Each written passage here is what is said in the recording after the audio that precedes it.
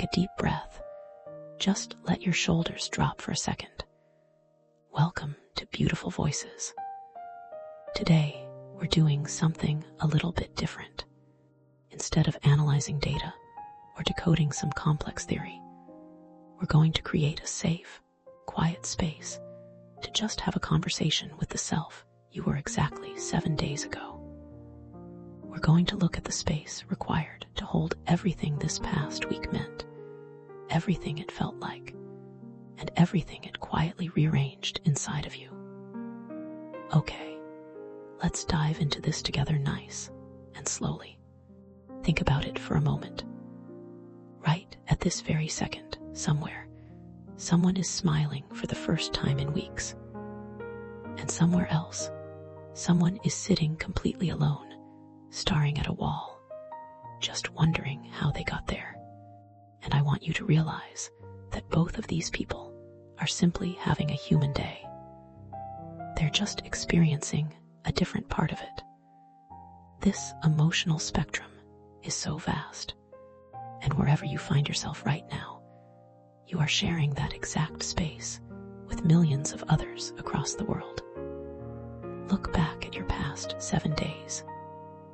If you realized you felt hope, fear, joy, utter tiredness, love, and doubt, all just totally jumbled together, maybe literally in the space of one single day, I really need you to hear this.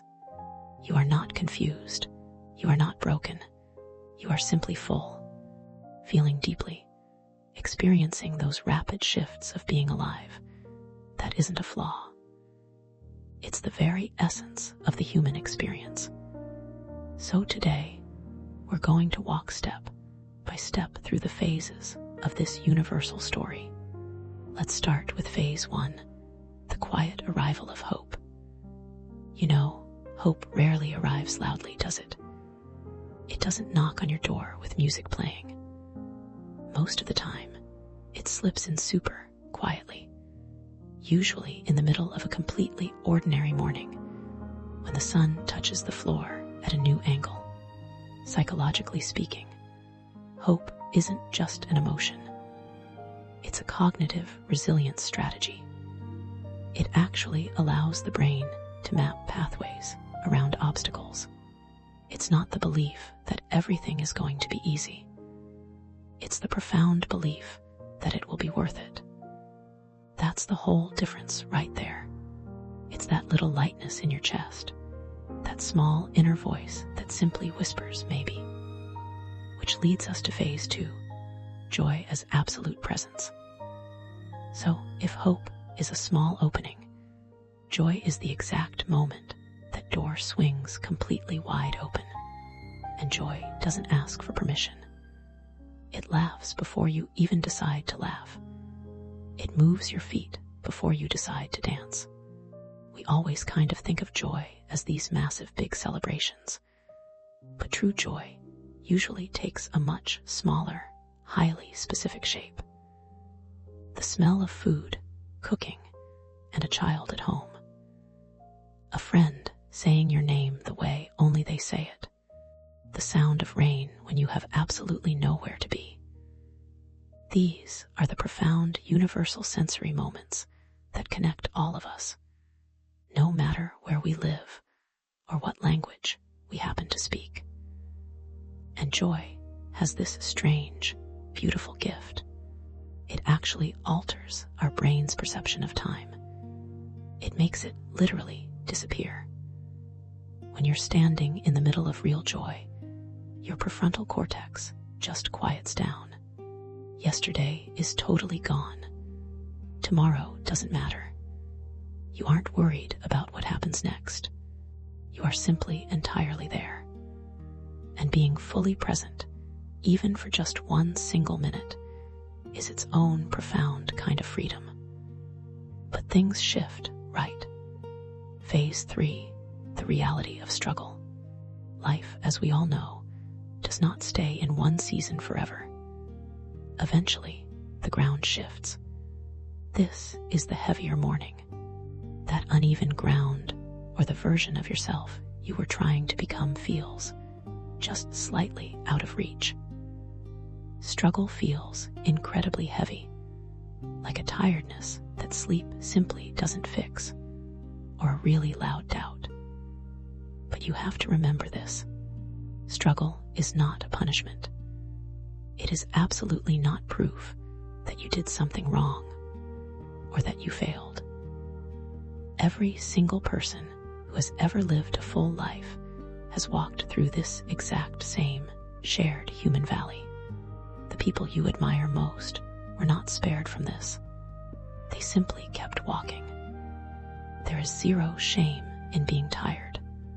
Moving further down the path, we find phase 4, carrying the weight of loss. Eventually, we encounter the most tender part of our shared experience, which is loss. The loss of a person. The loss of a version of your life you'd imagined for yourself. The loss of time you just can't get back. Now, loss has its own unique language for everyone. For some folks, it is a very loud grief. Sleepless nights in a silence that somehow fills up the entire house. For others, it's a quiet grief, just a dull ache sitting right behind the ribs, suddenly triggered by a familiar song, or maybe an empty chair at the table. And here's the thing, neither of these ways is wrong. There's literally no correct way to grieve. If you've happened to be carrying a loss right now, if the past 7 days have felt incredibly heavy with it, I want to offer you this simple, profound permission. You are allowed to still be healing. You do not owe anyone a timeline for your pain. Loss doesn't ask us to forget. It just asks us to eventually carry the memory a little differently, not as an open wound, but eventually as gratitude that it existed at all. That brings us to phase 5, making room through acceptance. Now that shift out of heavy loss, it doesn't happen quickly, but it does happen.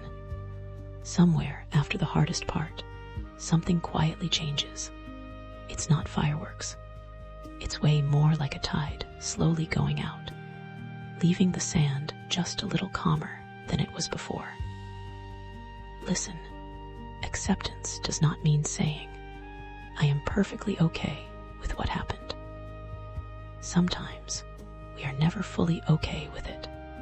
Acceptance is simply stating this happened, and I am still here. Recognizing your own survival doesn't erase what came before. It just gently makes room for what comes next. It lets you finally notice the warmth of sunlight through a window again. And finally, we arrive at phase 6, seeing the whole picture. This is the moment we stop and look back at the self from 7 days ago.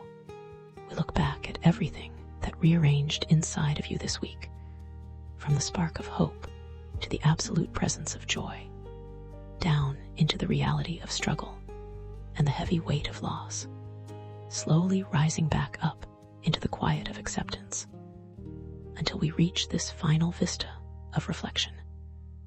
When you really look back, you see that these aren't just separate chaotic events. Every hard season taught you something. Every single joyful moment gave you a reason to push through the difficult ones. They connect into one single, unwasted story.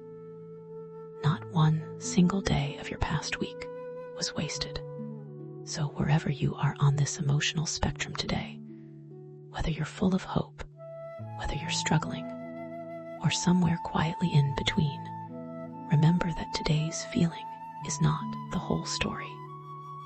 It's just today's page. Tomorrow has not been written yet. So what will tomorrow's unwritten page hold? That is a truly beautiful thing to hold on to with quiet curiosity. Thank you so much for walking with me today. If this found you at exactly the right moment, just let it sit with you for a while. You are part of a wonderfully shared, beautiful human story. whenever you are ready for the next chapter, stay with Beautiful Voices. We'll be right here waiting for you.